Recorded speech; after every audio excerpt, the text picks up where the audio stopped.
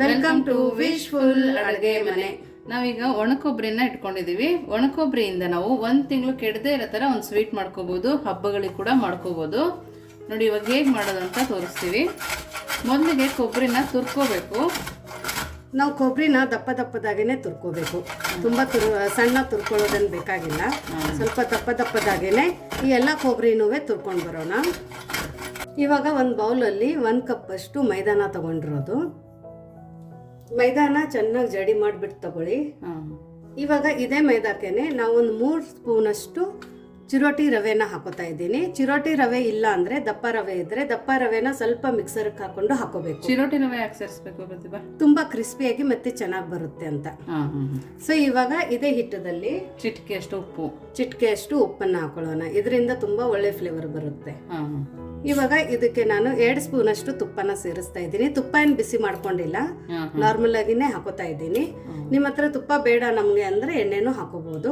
ಹಾಕೊಂಡು ಇದನ್ನೆಲ್ಲ ಚೆನ್ನಾಗಿ ನಾವು ಮಿಕ್ಸ್ ಮಾಡ್ಕೋಬೇಕು.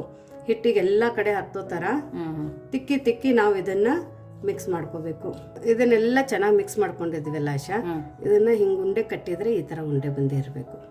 ಸೊ ನೋಡಿ ಇಲ್ಲೆಲ್ಲ ಕ್ರಂಬಲ್ಸ್ ತರ ಕಾಣ್ತಾ ಇದೆ. ಚೆನ್ನಾಗಿ ತುಪ್ಪ ಅಂಟ್ಕೊಂಡಿದೆ. ಇವಾಗ ಇದಕ್ಕೆ ಸ್ವಲ್ಪ ನೀರನ್ನ ಹಾಕೊಂಡು ನಾರ್ಮಲ್ ಆಗಿ ನಾವು ಚಪಾತಿ ಹಿಟ್ಟು ಕಲಿಸ್ತೀವಿಲ್ಲ ಅದ್ರಕ್ಕಿಂತಾನು ಗಟ್ಟಿ ಹಿಟ್ಟನ್ನ ಕಲಿಸ್ಕೋಬೇಕು. ಗಟ್ಟಿ ಕಲಿಸ್ಕೊಬೇಕು. ಹೌದು, ಸ್ವಲ್ಪ ನೀರನ್ನ ಹಾಕೊಂಡು ನಾರ್ಮಲ್ ನೀರೇ ತಗೊಂಡಿರೋದು ನಾನು, ಬಿಸಿ ನೀರೇನು ತಗೊಂಡಿಲ್ಲ. ಗಟ್ಟಿಯಾಗಿರ್ಬೇಕು ಹಿಟ್ಟು. ಸೊ ಇದನ್ನ ನೀಟಾಗಿ ನಾವು ಕಲಿಸ್ಕೊಂಡು ಬರೋಣ. ನೋಡಿ ಈ ತರ ನಾದ್ಕೊಬೇಕು. ನೋಡಿ ಇಷ್ಟು ಗಟ್ಟಿಯಾಗಿ ಕಲಿಸ್ಕೊಂಡ್ ಬಂದಿದೀವಿ. ಸೊ ಇವಾಗ ಇದನ್ನ ಒಂದು 10 ರಿಂದ 15 ನಿಮಿಷ ನಾವು ರೆಸ್ಟ್ಗೆ ಇಡೋಣ. ಅಷ್ಟೊತ್ತನ ಸ್ಟಫಿಂಗ್ ರೆಡಿ ಮಾಡ್ಕೊಳ್ಳೋಣ. ನೋಡಿ ಇಲ್ಲಿ ಒಂದು ಬೌಲ್ ತಗೊಂಡಿರೋದು. ಈ ಬೌಲಕ್ಕೆ ನಾವು ಒಂದು ಸ್ಟಫಿಂಗ್ ಅನ್ನ ಮಾಡ್ಕೋತಾ ಇದೀವಿ. ಆ ಸ್ಟಫಿಂಗಕ್ಕೆ ಇಲ್ಲಿ ನಾನು 2 ಸ್ಪೂನ್ ಅಷ್ಟು ಕಾರ್ನ್ ಫ್ಲೋರ್ ನ ತಗೋತಾ ಇದ್ದೀನಿ. 2 ರಿಂದ 3 ಸ್ಪೂನ್ ನೀವು ತಗೊಳ್ಳಿ. ಇದ್ರ ಬದಲು ಬೇರೆ ಏನಾದ್ರು ಹಾಕ್ಬೋದಾ? ಇದ್ರ ಬದಲು ನಿಮ್ಮ ಹತ್ರ ಕಾರ್ನ್ ಫ್ಲೋರ್ ಇಲ್ಲ ಅಂದ್ರೆ ಅಕ್ಕಿ ಹಿಟ್ಟು ಹಾಕೋಬಹುದು, ಇಲ್ಲ ಅಂದ್ರೆ ಒಂದ್ ಸ್ವಲ್ಪ ಮೈದಾನೂ ಹಾಕೋಬಹುದು. ಬಟ್ ಕಾರ್ನ್ ಫ್ಲೋರ್ ಇಂದ ತುಂಬಾ ಕ್ರಿಸ್ಪಿ ಗರಿ ಮತ್ತೆ 1 ತಿಂಗಳು ಇಟ್ಟರು ಅದನ್ನ ಸಾಫ್ಟ್ ಆಗಲ್ಲ. ಸೊ ಇದಕ್ಕೆ ಇವಾಗ ನಾನು 2 ಸ್ಪೂನ್ ಅಷ್ಟು ತುಪ್ಪನ ಹಾಕೋತಾ ಇದ್ದೀನಿ. ಹಾಕೊಂಡು ಇದನ್ನೆಲ್ಲ ಚೆನ್ನಾಗಿ ನಾವು ಬೀಟ್ ಮಾಡಬೇಕು. ನೋಡಿ ಇದು ಮಿಕ್ಸ್ ಮಾಡ್ತಾನು ನಾವು ತುಪ್ಪ ಬಿಸಿ ಮಾಡಿ ಹಾಕಿಲ್ಲಲ್ಲ, ಹಾಗಾಗಿ ಇದು ಪುಡಿ ಥರ ಇರುತ್ತೆ. ಇದನ್ನೇ 1 ಸೆಕೆಂಡಕ್ಕೆ ನಾವು ಗ್ಯಾಸ್ ಮೇಲೆ ಬಿಸಿ ಮಾಡ್ಕೊಂಡು ಬರೋಣ. 1 ಸೆಕೆಂಡ್ ಬರೀ ಗ್ಯಾಸ್ ಮೇಲೆ ಹಿಂಗೆ ಇಟ್ಕೊಂಡು ಹಿಂಗೆ ತಗೊಂಡು ಬಂದುಬಿಡಬೇಕು. ಸೊ ನೋಡಿ ಇದನ್ನು ಸ್ವಲ್ಪ ನಾನು ಬಿಸಿ ಮಾಡ್ಕೊಂಡು ಬಂದಿದ್ದೀನಿ. ಬಾಣಲಿನೂ ಬಿಸಿಯಾಗಿಲ್ಲ, ಬರೀ ತಳ ಮಾತ್ರ ಬಿಸಿಯಾಗಿದೆ. ಸೊ ಈ ಥರ ನಾವು ಇದನ್ನು ಬೀಟ್ ಮಾಡ್ಕೋಬೇಕು. ಅಕಸ್ಮಾತ್ ನೀವು ಬೇಡ ನಮಗೆ ಇದನ್ನು ಮತ್ತೆ ರೀಹೀಟ್ ಮಾಡೋದು ಬೇಡ ಅಥವಾ ಬಿಸಿ ಮಾಡೋದು ಬೇಡ ಅಂದರೆ ಬಿಸಿ ತುಪ್ಪನೇ ನೀವು ಇದಕ್ಕೆ ಹಾಕೋಬಹುದು. ತುಪ್ಪ ಬೇಡ ಅಂದರೆ ಎಣ್ಣೆ ಹಾಕೊಳ್ಳಿ. ಎಣ್ಣೆನೂ ಹಾಕೋಬಹುದು. ಬೆಣ್ಣೆನೂ ಹಾಕೋಬಹುದು. ಬಟ್ ಬೆಣ್ಣೆಗೆ ಅಷ್ಟು ಟೇಸ್ಟು ಕರೆಕ್ಟಾಗಿ ಬರಲ್ಲ. ಹಾಗಾಗಿ ಎಣ್ಣೆ ಅಥವಾ ತುಪ್ಪನ ನೀವು ಇಲ್ಲಿ ಬೆಳೆಸಿ. ಫ್ಲೋರ್ ಹಿಟ್ಟಿಗೆ ತುಪ್ಪನ ಬಿಸಿ ಮಾಡಿ ಹಾಕಿದ್ರೆ ಮತ್ತೆ ಬಿಸಿ ಮಾಡೋದು ಬೇಕಾಗಲ್ಲ. ನಾನು ಇಲ್ಲಿ ಮರ್ತು ಬಿಟ್ಟು ಹಸಿದೆ ಹಾಕೊಂಡಿದ್ದೀನಿ. ಅದಕ್ಕೋಸ್ಕರ ಮತ್ತೆ ನಾನು ಒಂದ್ ಸ್ವಲ್ಪ ಬಾಣ್ಲಿನ ಬಿಸಿ ಮಾಡ್ಕೊಂಡಿದ್ದೀನಿ, ಅಂದ್ರೆ ತುಪ್ಪನ ಮೆಲ್ಟ್ ಮಾಡ್ಕೊಂಡಿದ್ದೀನಿ ಅಷ್ಟೇನೆ. ಇದನ್ನ ಚೆನ್ನಾಗಿ 1-2 ನಿಮಿಷ ಬೀಟ್ ಮಾಡ್ಕೊಳ್ಳೋಣ. ಸೊ ನೋಡಿ ಇದು 1-2 ನಿಮಿಷ ಇದನ್ನ ಬೀಟ್ ಮಾಡ್ಕೊಂಡಿದ್ದೀವಿ. ಹಾಗಾಗಿ ಇವಾಗ ಇದನ್ನ ಪಕ್ಕಕ್ಕೆ ಇಡೋಣ. ಇದ್ರ ಕೆಲಸ ಆಮೇಲೆ. ನೋಡಿ ಪ್ಯಾನ್ ನ ಬಿಸಿಗೆ ಇಟ್ಕೊಂಡಿದ್ದೀವಿ. 1 ಸ್ಪೂನ್ ಅಷ್ಟು ತುಪ್ಪನ ಸೇರಿಸ್ಕೊಳ್ತಾ ಇದ್ದೀನಿ. ನೋಡಿ ಇಲ್ಲಿ ಚಿರೋಟಿ ರವೆ ಇದೆಯಲ್ಲ, ಒಂದು 1/4 ಬೌಲ್ ಆಗೋ ಅಷ್ಟಿದೆ ಈ ಬೌಲಲ್ಲಿ. ಇದನ್ನ ಹಾಕಿ ಚೆನ್ನಾಗಿ ಬಿಸಿ ಮಾಡ್ಕೊಬೇಕು. ನೋಡಿ ಈ ತರ ನೀಟಾಗಿ ಫ್ರೈ ಮಾಡ್ಕೊಬೇಕು. ರವೆ ಹಸಿ ಸ್ಮೆಲ್ ಹೋಗೋ ತನಕನೂ ನಾವು ಫ್ರೈ ಮಾಡಬೇಕು. ನೋಡಿ ಈ ತರ ಚೆನ್ನಾಗಿ ಹುರ್ಕೊಬೇಕು. ನೋಡಿ ರೆಡ್ ಕಲರ್ ಬಂದಿದೆ ಸ್ವಲ್ಪ. ಇದು ಮೀಡಿಯಂ ಫ್ಲೇಮ್ ಅಲ್ಲಿ ನಾವು ಹುರ್ಕೊಂಡಿರೋದು ಆಶಾ. ಇವಾಗ ಇದನ್ನ ಫ್ಲೇಮ್ ಅನ್ನ ಲೋ ಅಲ್ಲಿ ಇಟ್ಕೊಂಡಿದ್ದೀನಿ. ಇವಾಗ ಇದ್ರ ಒಳಗಡೆ ನಾವು ಒಂದ್ ಸ್ವಲ್ಪ ಡ್ರೈ ಫ್ರೂಟ್ಸ್ ಅನ್ನ ಹಾಕೊಳ್ಳೋಣ. ನೋಡಿ ಇಲ್ಲಿ ನಾನು ಸಣ್ಣದಾಗಿ ಕಟ್ ಮಾಡ್ಕೊಂಡಿರುವಂತ ಕಾಜು ಮತ್ತು ಬಾದಾಮ್ ತಗೊಂಡಿರೋದು. ಇದ್ರ ಜೊತೆ ನಾವು ತುರ್ದು ಇಟ್ಕೊಂಡಿದ್ವಲ್ಲ ಕೊಬ್ಬರಿನ, ಅದನ್ನ ಹಾಕೋತಾ ಇದ್ದೀನಿ. ಹಾಗೆ ತೆಳಗಡೆ ಇದು ಫ್ಲೇಮ್ ಆನ್ ಇದೆ, ಹಾಗಾಗಿ ಲೋ ಫ್ಲೇಮ್ ಅಲ್ಲಿ ಇದೆ. ಬೇಗ ಎಲ್ಲ ಇಂಗ್ರೀಡಿಯೆಂಟ್ಸ್ ನ ಹಾಕೋಬೇಕು. ಇಲ್ಲಿ ನಾನು ಪಾಪಿ ಸೀಡ್ ಅಂದ್ರೆ ಗಸಗಸೆನ ಹಾಕೋತಾ ಇದ್ದೀನಿ 2 ಸ್ಪೂನ್ ಅಷ್ಟು. ಇದರಿಂದ ತುಂಬಾ ಒಳ್ಳೆ ರುಚಿ ಬರುತ್ತೆ. ಇಲ್ಲಿ ಒಂದು 1/2 ಸ್ಪೂನ್ ಅಷ್ಟು ನಾನು ಇಲ್ಲಿ ಏಲಕ್ಕಿ ಪುಡಿನ ತಗೊಂಡಿದ್ದೀನಿ. ಇದನ್ನೆಲ್ಲಾನು 1 ನಿಮಿಷ ನಾವು ಒಂದು ಮೀಡಿಯಂ ಫ್ಲೇಮ್ ಅಲ್ಲಿ ಹುರ್ಕೊಳ್ಳೋಣ. ನೋಡಿ ನಾವು ಈ ತರ ಹುರ್ಕೊಳ್ಳೋದ್ರಿಂದ 1 ತಿಂಗಳ ತನಕನೂ ಕೆಡೋದಿಲ್ಲ. ನೀವು ಯಾವ ಹಬ್ಬಕ್ಕೆ ಬೇಕಾದ್ರೂ ಮಾಡ್ಕೊಬಹುದು. ನೋಡಿ ಸರ್, ಇಲ್ಲೆಲ್ಲ ಚೆನ್ನಾಗಿ ಗಮ್ ಅಂತ ವಾಸನೆ ಬರ್ತಾ ಇದೆ ಅಲ್ಲ. ಹೌದು, ಇವಾಗ ಕೊಬ್ಬರಿನೂ ಬಿಸಿಯಾಗಿದೆ, ಎಲ್ಲ ಚೆನ್ನಾಗಿ ಹುರಿದಿದೆ. ಇವಾಗ ಫ್ಲೇಮ್ ಅನ್ನ ಆಫ್ ಮಾಡ್ಕೊಳ್ಳೋಣ. ಫ್ಲೇಮ್ ಅನ್ನ ಆಫ್ ಮಾಡಿ ಇದು ಕಂಪ್ಲೀಟ್ ಆಗಿ ಕೋಲ್ಡ್ ಆಗೋಕೆ ನಾವು ಪಕ್ಕಕ್ಕೆ ಇಡೋಣ. ಸೊ ಇದು ಕೋಲ್ಡ್ ಆಗೋ ತನಕ ಇದು ಕಂಪ್ಲೀಟ್ ಆಗಿ ರೂಮ್ ಟೆಂಪರೇಚರ್ಗೆ ಬರಬೇಕು, ಬಿಸಿ ಇರಬಾರ್ದು. ಇದು ಇದೇ ಮೇನ್ ಟ್ರಿಕ್. ಮುಂದಿಂದು ನೆಕ್ಸ್ಟ್ ಸ್ಟೆಪ್ ಏನ್ ಮಾಡೋದು ಅಂತ ನೋಡ್ಕೊಳ್ಳೋಣ. ನೋಡಿ ಗರಿಯಾಗಿ ಬಂದಿದೆ. ಜಾಸ್ತಿ ಕೂಡ ಫ್ರೈ ಮಾಡಿಲ್ಲ, ಒಂದ್ 3 ರಿಂದ 4 ನಿಮಿಷ ಮಾಡಿದೀವಲ್ವಾ ಪ್ರತಿಭಾ? ಹೌದು, ಅಷ್ಟೇನೆ. ನೋಡಿ ಇವಾಗ ನೆಂದಿದೆ. ಇದಕ್ಕೆ ಒಂದು ಸ್ವಲ್ಪ ಎಣ್ಣೆ ಕೈನ ಹಚ್ಕೊಂಡು ಇನ್ನೊಂದು ಸರ್ತಿ ಮಿತ್ಕೊಳ್ಳೋಣ. ನೋಡೋಣ, ನಾವು ಅವಾಗ ಅಷ್ಟು ಗಟ್ಟಿ ಕಲಸಿಟ್ಟಿದ್ರು ಇದು ತುಂಬ ಕರೆಕ್ಟಾಗಿ ಇವಾಗ ನೆಂದಿದೆ. ನೋಡಿ ಎಷ್ಟು ಚೆನ್ನಾಗಿ ಕಾಣಿಸ್ತಾ ಇದೆ, ಸಾಫ್ಟಾಗಿ ಆಗಿದೆ ಅಲ್ಲ ಪ್ರತಿಭಾ? ಹೌದು, ತುಂಬ ಸಾಫ್ಟಾಗಿ ಆಗಿದೆ. ಇವಾಗ ಇದ್ರದ್ದು ಚಿಕ್ಕ ಚಿಕ್ಕದಾಗಿ ನಾವು ಉಂಡೆಗಳನ್ನ ಮಾಡ್ಕೊಳ್ಳೋಣ. ನೀವು ಚಪಾತಿಗೆ ಹೇ ಥರ ಹಿಟ್ಟು ತಗೋತಿರಲ್ಲ, ಆ ಥರ ತಗೊಂಡು ಇದನ್ನ ಉಂಡೆಗಳನ್ನ ಮಾಡ್ಕೊಳ್ಳೋಣ. ಇವಾಗ ಇದೇ ಉಂಡೆನ ನಾವು ಒಂದು ಸ್ವಲ್ಪ ಮೈದಾ ಹಿಟ್ಟನ್ನು ಹಚ್ಕೊಂಡ್ಬಿಟ್ಟು ಲಟ್ಟಿಸ್ಕೊಳ್ಳೋಣ. ನೋಡಿ, ಒಂದು ಸ್ವಲ್ಪ ಮೈದಾ ಹಿಟ್ಟನ್ನು ಉದುರಿಸ್ಕೊತಾ ಇದ್ದೀನಿ. ಉದುರಿಸ್ಬಿಟ್ಟು ಇದನ್ನು ಚಪಾತಿ ಥರ ಹಾಕ್ಕೋಬೇಕು. ತುಂಬ ದಪ್ಪನೂ ಇರಬಾರ್ದು, ತುಂಬ ತಿಳುವು ಇರಬಾರ್ದು. ನಾರ್ಮಲಾಗಿ ನೀವು ಚಪಾತಿ ಹೆಂಗೆ ಅರಿತೀರಾ ಆ ಥರ ಇದನ್ನು ಹರ್ಕೊಳ್ಳೋಣ. ಸೊ ನೋಡಿ, ಇದನ್ನು ನಾನು ಚಪಾತಿ ಥರ ಹರ್ಕೊಂಡಿದ್ದೀನಿ. ನೋಡಿ, ಲೇಯರು ತುಂಬ ಥಿನ್ನಾಗಿದೆ, ತುಂಬ ದಪ್ಪನೂ ಇಲ್ಲ, ತುಂಬ ಸಣ್ಣನೂ ಇಲ್ಲ. ಸೊ ಈ ಥರ ಲಟ್ಟಿಸ್ಕೊಂಡಿರೋದು. ಯೂಶ್ವಲಿ ನೀವು ಪುರಿ ಲಟ್ಟಿಸ್ತಿರಲ್ಲ, ಅದೇ ಥರ ಲಟ್ಟಿಸಿದ್ರು ಸಾಕು. ಸೊ ಇದೇ ಥರ ನಾನು ಎಲ್ಲ ಉಂಡೆಗಳನ್ನ ಲಟ್ಟಿಸ್ಕೊಂಡು ಬರ್ತೀನಿ. ಇವಾಗ ಇದಾಗಿರೋದನ್ನ ಏನೋ ಚಪಾತಿ ಲಟ್ಟಿಸ್ಕೊಂಡಿದ್ದೀವಲ್ಲ, ಅದನ್ನ ಒಂದು ಪ್ಲೇಟಿಗೆ ಈ ಥರ ಹಾಕೊಂಡು ನಾವು ಪಕ್ಕಕ್ಕೆ ಇಡೋಣ. ಇದೇ ಥರ ಎಲ್ಲನೂ ಲಟ್ಟಿಸ್ಕೊಂಡು ಬರ್ತೀನಿ. ಸೊ ನೋಡಿ, ಇದನ್ನು ನಾನು ಅದೇ ಥರ ಮಾಡ್ಕೊಂಡು ಬಂದಿದ್ದೀನಿ. ಇವಾಗ ನಾನು ಇದೇ ಥರ ಇಲ್ಲಿ ಇಷ್ಟಕ್ಕೊಂದು ಚಪಾತಿನ ಲಟ್ಟಿಸ್ಕೊಂಡಿದ್ದೀನಿ. ನೋಡಿ, ಇವೆಲ್ಲ ಅದೇ ಥರ ಲಟ್ಟಿಸ್ಕೊಂಡು ಬಂದಿದ್ದೀನಿ. ಇವಾಗ ಇದನ್ನ ಒಂದು ತಗೊಂಡ್ಬಿಟ್ಟು ಈ ಥರ ಇವಾಗ ನಾವು ಸ್ಟಫಿಂಗ್ ಅಂತ ಏನು ಮಾಡ್ಕೊಂಡಿದ್ದೀವಲ್ಲ, ತುಪ್ಪ ಮತ್ತೆ ಮೈದಾ ಕಾರ್ನ್ಫ್ಲವರ್ದು ಬೀಟ್ ಮಾಡ್ಕೊಂಡಿರೋದು. ಮೈದಾ ಕೂಡ ಮಾಡ್ಕೋಬಹುದು ಅನ್ಸುತ್ತೆ ಇದೇ ತರ. ಹೌದು, ಮಾಡ್ಕೋಬಹುದು. ಸೊ ಇದನ್ನ ಒಂದ್ಸರ್ತಿ ಹಿಂಗೆ ಮಿಕ್ಸ್ ಮಾಡಿಬಿಟ್ಟು ಇದಕ್ಕೆ ಒಂದು ಸ್ವಲ್ಪ ನಾವು ಈ ಥರ ಹಚ್ಕೋತ ಹೋಗೋಣ. ಸೊ ಕೈಯಿಂದ ನೀಟಾಗಿ ಸರ್ವ್ ಇದ್ದರೆ ಚೆನ್ನಾಗಿ ಬರುತ್ತೆ. ಎಲ್ಲ ಕಡೆನೂ ಅಂಟಿರ್ಬೇಕಿದು ಈ ಥರ. ಸೊ ನೋಡಿ, ಇದನ್ನ ಈ ಥರ ಹಾಕೊಂಡ ನಂತರ ಇದ್ರ ಮೇಲೆ ಒಂದು ಸ್ವಲ್ಪ ಮೈದಾ ಹಿಟ್ಟನ್ನು ಉದುರಿಸ್ಕೊಳ್ಳೋಣ. ಆಮೇಲೆ ಇದ್ರ ಮೇಲೆ ಇನ್ನೊಂದು ಚಪಾತಿನ ನಾವು ಇದೇ ಥರ ಇಟ್ಕೊಳ್ಳೋಣ ನೀಟಾಗಿ. ಮತ್ತೆ ಇದಕ್ಕೆ ನಾವು ಇದನ್ನು ಹಚ್ಕೊಳ್ಳೋಣ. ಸೊ ಎಲ್ಲದೂ ನಾವು ಚಪಾತಿ ಎಷ್ಟು ನಾವು ಮಾಡ್ಕೊಂಡಿದ್ದೀವಿ ಅದೆಲ್ಲ ಮುಗಿಯೋ ತನಕನೂ ನಾವು ಇದೇ ಥರ ಹಚ್ಕೊಂಡು ಬರಬೇಕು. ಸೊ ಇವಾಗ ಇದು ಲಾಸ್ಟ್ ಲೇಯರ್ ಇದೆ, ಬಟ್ ಲಾಸ್ಟ್ ಲೇಯರಿಗೂ ನಾವು ಹಚ್ಕೋಬೇಕು. ಸೊ ಈ ಥರ ಉಳಿದಿರೋದೆಲ್ಲನೂ ಹಚ್ಕೊಂಡ್ಬಿಡಿ, ಯಾಕಂದರೆ ಇವಾಗ ಇನ್ನೊಂದು ಚಪಾತಿ ಇಲ್ಲ. ಸೊ ಹಾಗಾಗಿ ಅದು ವೇಸ್ಟ್ ಆಗುತ್ತೆ. ಹಾಗಾಗಿ ಉಳಿದಿರೋದೆಲ್ಲನೂ ನಾವು ಇದಕ್ಕೆ ಹಚ್ಕೊಂಡು ಬಿಡೋಣ.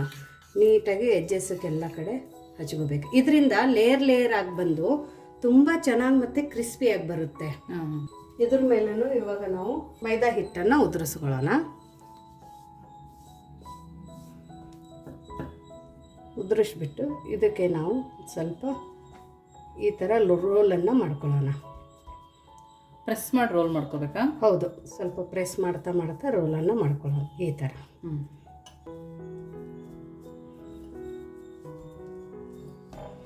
ಈ ಥರ ಆಗುತ್ತೆ ಇದು. ಇಲ್ಲ ಅಂದರೆ ಬಿಡಿಸ್ಕೊಳತ್ತೆ ಅದು. ಹೌದು.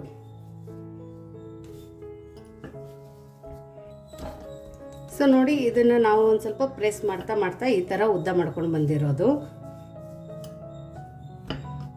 ಇವಾಗ ಇದನ್ನು ಮಧ್ಯದಿಂದ ಹಿಂಗೆ ಕಟ್ ಮಾಡ್ಕೊಳ್ಳೋಣ. ಕಟ್ ಮಾಡಿಕೊಂಡು ನಿಮಗೆ ಯಾವ ಥರ ಬೇಕು ಮತ್ತು ಯಾವ ಸೈಜಲ್ಲಿ ನೀವು ಮಾಡ್ತೀರಾ ಅಷ್ಟಷ್ಟು ನಾವು ಇದನ್ನು ಕಟ್ ಮಾಡ್ಕೋಬೇಕು. ಸೊ ನೋಡಿ, ಈ ಥರ ಎಷ್ಟು ಚೆನ್ನಾಗಿ ಲೇಯರ್ ಇಲ್ಲೇ ಕಾಣ್ತಾ ಇದೆ ನೋಡಿ. ಹೌದು. ಸೊ ಇದೇ ಥರ ನಾವು ಎಲ್ಲನೂ ಕಟ್ ಮಾಡ್ಕೊಳ್ಳೋಣ ಈ ಥರ.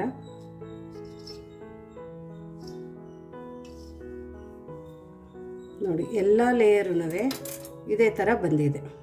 ನೋಡಿ ಎಷ್ಟು ಚೆನ್ನಾಗಿ ಕಾಣಿಸ್ತದೆ ಲೇಯರ್ಸು. ಸೊ ಇದೇ ಥರ ಎಲ್ಲ ಕಟ್ ಮಾಡ್ಕೊಂಡು ಬರೋಣ. ನೋಡಿ, ಎಲ್ಲದನ್ನೂ ನಾವು ಈ ಥರ ಕಟ್ ಮಾಡ್ಕೊಂಡು ಬಂದಿದ್ದೀವಿ. ಇವಾಗ ಇದನ್ನೆಲ್ಲನೂ ಒಂದು ಬೌಲಿಗೆ ಹಾಕೊಳ್ಳೋಣ. ಹಾಕೊಂಡ್ಬಿಟ್ಟು ಮತ್ತೆ ಇದನ್ನು ನಾವು ಹಾಗೇನೆ ಒಂದೊಂದು ಉಳ್ಳೆ ತಗೋತೀವಲ್ಲ, ಆ ಟೈಮಲ್ಲಿ ಮುಚ್ಚಿನೇ ಇಡಬೇಕು. ಇದಕ್ಕೆ ಗಾಳಿ ಆಡಬಾರ್ದು, ಇಲ್ಲ ಅಂದರೆ ಹಿಟ್ಟು ಗಟ್ಟಿ ಆಗಿಬಿಡುತ್ತೆ. ಮತ್ತೆ ನೋಡಿ ಈ ಥರ ಎಲ್ಲನೂ ಆಗಿದೆ. ಇದನ್ನು ಇವಾಗ ಮುಚ್ಚಿಬಿಟ್ಟು ಪಕ್ಕಕ್ಕಿಡೋಣ. ಇಲ್ಲಿ ನಮ್ಮದು ಸ್ಟಫಿಂಗ್ ಇವಾಗ ರೆಡಿಯಾಗಿದೆ, ತಣ್ಣಗಾಗಿದೆ. ನೋಡಿ ಇದು ಸ್ಟಫಿಂಗ್ ಇವಾಗ ರೆಡಿಯಾಗಿದೆ, ತುಂಬ ತಣ್ಣಗಾಗಿದೆ, ರೂಮ್ ಟೆಂಪ್ರೇಚರ್ಗೆ ಬಂದಿದೆ.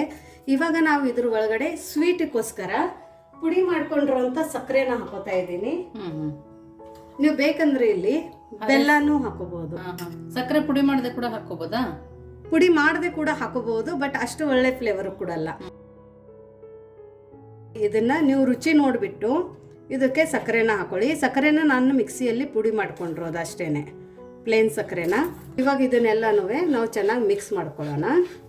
ಸಕ್ಕರೆ ಬದಲಾಗಿ ನಾವು ಸಕ್ಕರೆ ತಿನ್ನಲ್ಲ ಅನ್ನೋರು ಬೆಲ್ಲನ ತುರಿದು ಬಿಟ್ಟು ಹಾಕೊಳ್ಳಿ. ಸೊ ನೋಡಿ ಇವಾಗ ಇದೆಲ್ಲ ಚೆನ್ನಾಗಿ ಮಿಕ್ಸ್ ಆಗಿದೆ. ಇವಾಗ ಇದು ಸ್ಟಫಿಂಗು ರೆಡಿ ಆಗಿದೆ ಕರ್ಚಿಕಾಯಿ ಮಾಡೋಕ್ಕೆ. ಇದನ್ನು ನಾವು ಎತ್ಬಿಟ್ಟು ಪಕ್ಕಕ್ಕಿಡೋಣ. ಸೊ ನೋಡಿ ಇಲ್ಲಿ ಒಂದು ಉಂಡೆನ ತಗೊಂಡಿರೋದು. ಈ ಉಂಡೆನ ನಾವು ಈ ಥರ ಇಡಬೇಕು, ಈ ಥರ ಇಟ್ಬಿಟ್ಟು ಆಮೇಲೆ ಪ್ರೆಸ್ ಮಾಡಬೇಕು. ಇಲ್ಲಿ ಲೇಯರ್ಸನ್ನು ಹಾಗೆ ಕಾಣಿಸ್ತಾ ಇರಬೇಕು.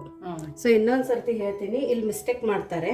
ಉಂಡೆನ ನಾವು ಹಿಂಗೆ ಪ್ರೆಸ್ ಮಾಡಬಾರ್ದು, ಈ ಥರ ಇಟ್ಕೊಂಡು ಆಮೇಲೆ ಪ್ರೆಸ್ ಮಾಡಬೇಕು. ಆವಾಗ ಈ ಲೇಯರ್ಸ್ ಆಚೆ ಬರುತ್ತೆ.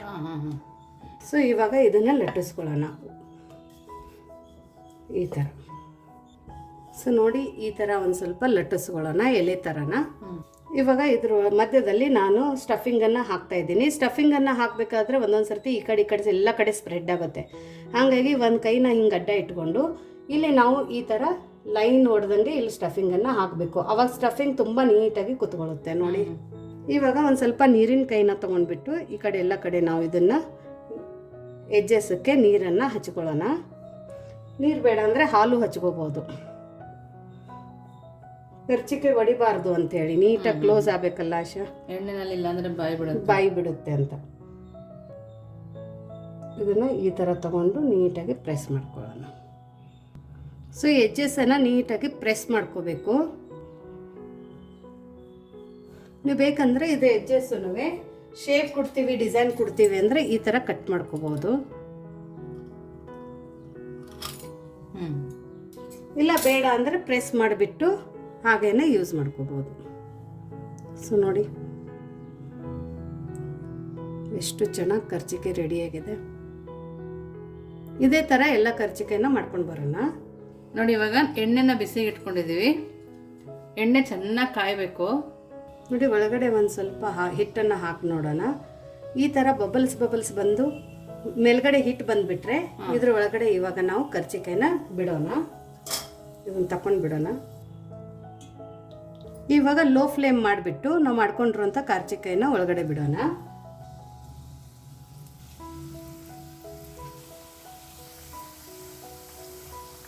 ನೋಡಿ ಒಮ್ಮೆ 3-4 ಕರ್ಚಿಕಾಯಿನ ನೀವು ಬಿಟ್ಕೋಬಹುದು.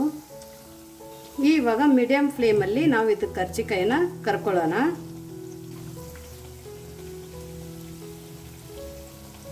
ನೋಡಿ ಇಲ್ಲೇ ಲೇಯರ್ಸ್ ಬಿಡ್ತಾ ಇದ್ದಾವೆ. ಇವಾಗ ಇಲ್ಲಿ ಮೇಲ್ಗಡೆ ಕಲರ್ ಚೇಂಜ್ ಆಗ್ತಾ ಇದೆಯಲ್ಲ, ಆ ಟೈಮಲ್ಲಿ ನಾವು ಇದನ್ನು ಟರ್ನ್ ಮಾಡ್ಕೊಳ್ಳೋಣ. ನೀಟಾಗಿ ಕೇರ್ಫುಲ್ಲಾಗಿ ಮಾಡ್ಕೊಳ್ಳಿ. ನೋಡಿ ತುಂಬ ಚೆನ್ನಾಗಿ ಲೇಯರ್ಸ್ ಕಾಣಿಸ್ತಾ ಇದೆ.